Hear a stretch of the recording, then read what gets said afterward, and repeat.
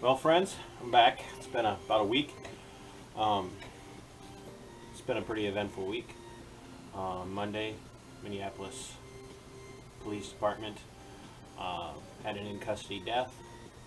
On Tuesday, they fired the 4 officers that were involved. On Tuesday night, city erupted in flames. It burned last night and it's burning right now. As we speak, the 3rd precinct of the Minneapolis Police Department has been breached and overrun, and it's burning to the ground. They burned multiple businesses to the ground last night, and they completely destroyed and ransacked others, stripping them of all of their goods. There's no positive end to any of this right now, but that's not why I'm here. I'm here tonight to talk about what I normally try to talk about on this channel, and that is first and foremost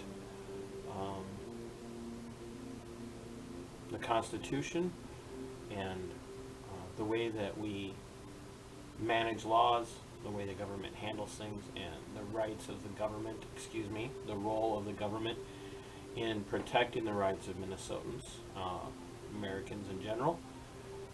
And so what I'm going to be discussing in this video is masks in public.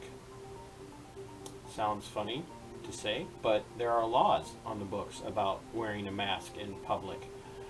And in the state of Minnesota in, what was it, 1960? 1960, 1963. The state of Minnesota passed this statute. It's 609.735, concealing identity.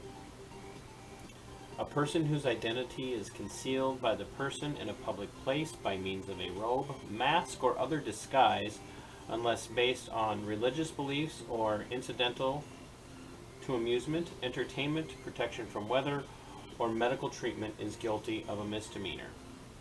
So, and I know that where most of you probably got right away got hooked into or medical treatment, saying, okay, well, see, masks there are allowed. Well, no, they're not. Masks are not allowed in public. It's actually unlawful for mayors or governors or county boards or anybody else for that matter to order you to wear a mask in public. In fact, it's actually unlawful for businesses to require you to wear a mask inside of their store. They don't get to override law. And this is established law. It's been challenged now. Whether or not you agree with it or not isn't the point. The point is it's a law. And we have mayors all over the country that in many jurisdictions that have a law similar to this. But we have mayors all over the country. We have governors that have laws on the books similar to this one here in Minnesota.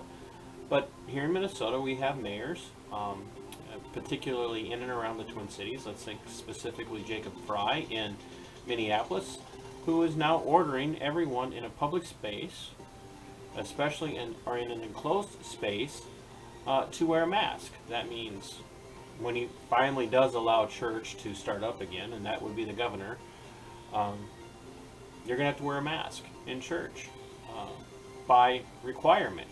So here's why the medical treatment part doesn't stick. So the way that OSHA defines medical treatment, it reads like this. Medical treatment is defined in the record-keeping requirements at OSHA. I don't know if it's considered code or whatnot, but I'll go with code 1904.7 sub B sub I. Medical treatment means the management and care of a patient to combat disease or disorder. Now wait, visits to a healthcare professional or a hospital for observation, testing, diagnosis, or to evaluate diagnostic decisions are excluded from the definition of medical treatment. Catch that? Diagnostic procedures are used to determine whether an injury or illness exists and do not involve the therapeutic treatment of the patient. So let's go over that again. Medical treatment is defined as the management and care of a patient to combat disease or disorder. Visits to healthcare professional or a hospital for observation, testing, and diagnosis, or to evaluate diagnostic decisions are excluded from the definition of medical treatment. So that's kind of an OSHA definition. Now, as far as I'm aware, Minnesota doesn't have any definition of what medical treatment is, so we have to go off of something. And let's be honest, if you're wearing a medical mask, let's say an N95 respirator type or something like that, that's clearly a medical mask. But now we're being told in the state of Minnesota, you must have your face covered with something. It doesn't have to be medical. It has to be covered with something. You're being ordered to break the law. Period. You're being ordered to break the law. So how's that work? How's that work? Let's think about this.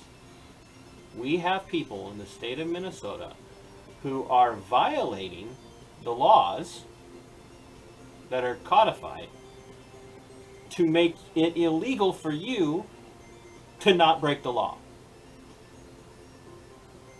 And this is going to come to more and more cities, more and more municipalities as this stretches on.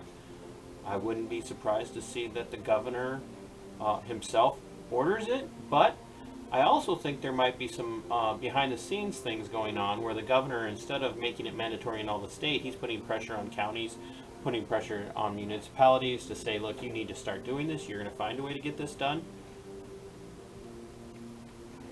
And there are going to be mayors, there are going to be county administrations, there are going to be county boards, city councils that are going to be all over this. They're going to jump at this opportunity.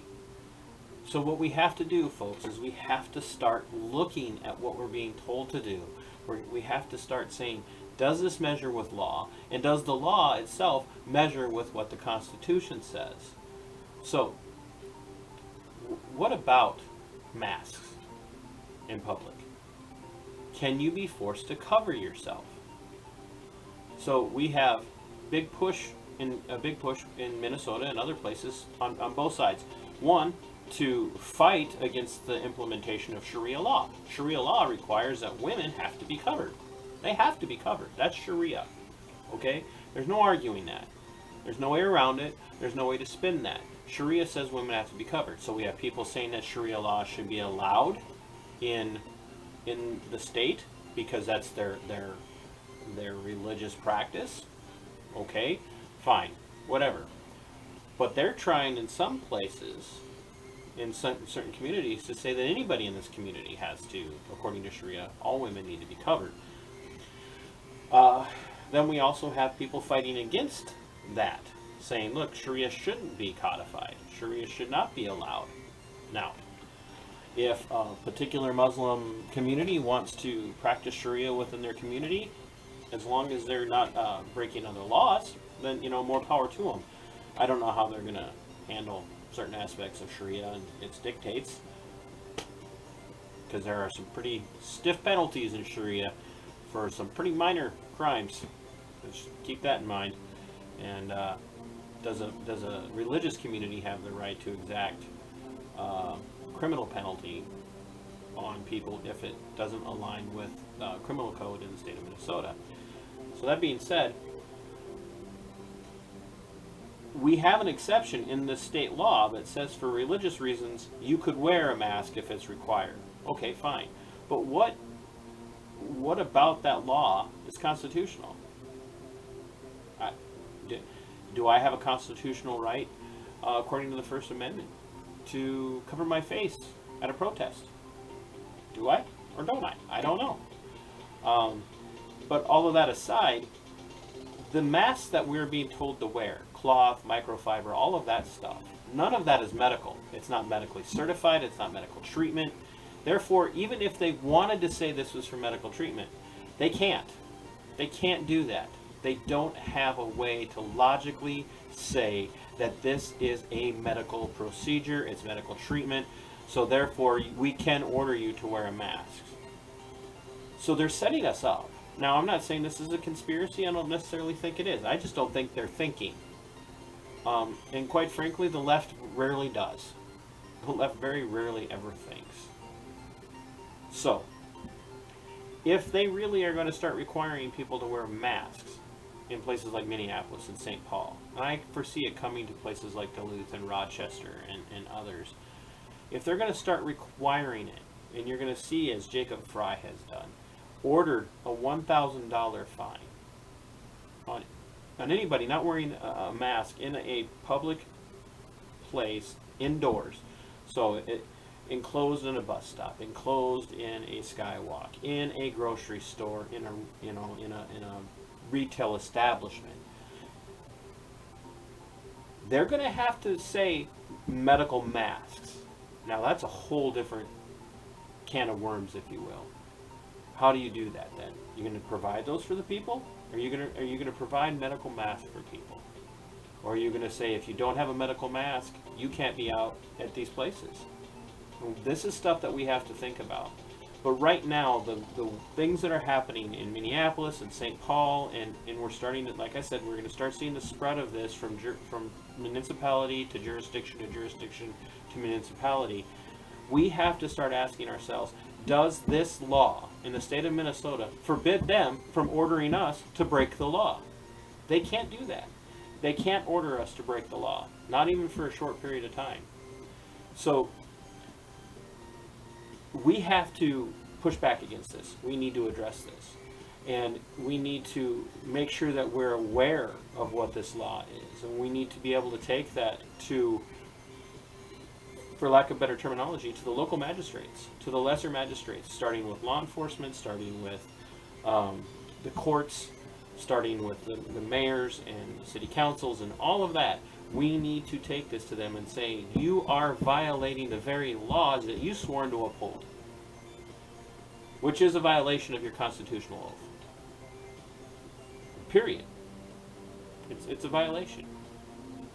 So I need people to think about that. We need to wrap our minds around this, and we need to start saying enough's enough. Mayors, city councils, county administrations, county boards, all of that, they don't have the authority to order people to do something in strict violation of the law. And once again, the masks that the vast majority of people are wearing in public now are not medical. They're not medical grade. Most of them are homemade. Most of them are not intended for the screening out of viruses or for protection. Our own governor has admitted that he knows that the masks are ineffective. They're ineffective. He's admitted that, and he's even said it's for psychological reasons, for your neighbor. It's to make your neighbor feel better. It's to make the vulnerable feel better. It's to make the scared and the terrified, the weak-kneed, knee-knocking, terrified citizenry, the sheeple out there. It's you wear a mask to make them feel better. But why? Why? Why should I break the law to make somebody feel good? And how does a mayor, how does anybody have the power to order us to do something in violation of the law? And I keep harping on this. So we can't have it both ways, Minnesota. We can't have it both ways, Americans. We need to find out what our laws are, and we need to expect the elected officials, the elected servants, to stand up and protect those laws and not order us to go against them. And we have an obligation, a reasonable obligation, to resist orders to break the law. Period. They've caught themselves in their own trap. I don't know how else you can look at this.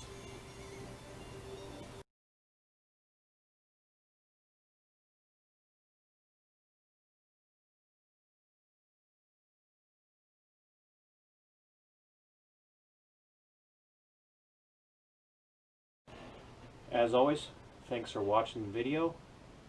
Thanks for being open-minded. Thanks for listening. I would ask that over here in the corner, somewhere on your screen, you hit the subscribe button. It's important, not for me, but because mainstream media, legacy media, isn't going to get the word out. They're not going to let people who don't toe the established line speak.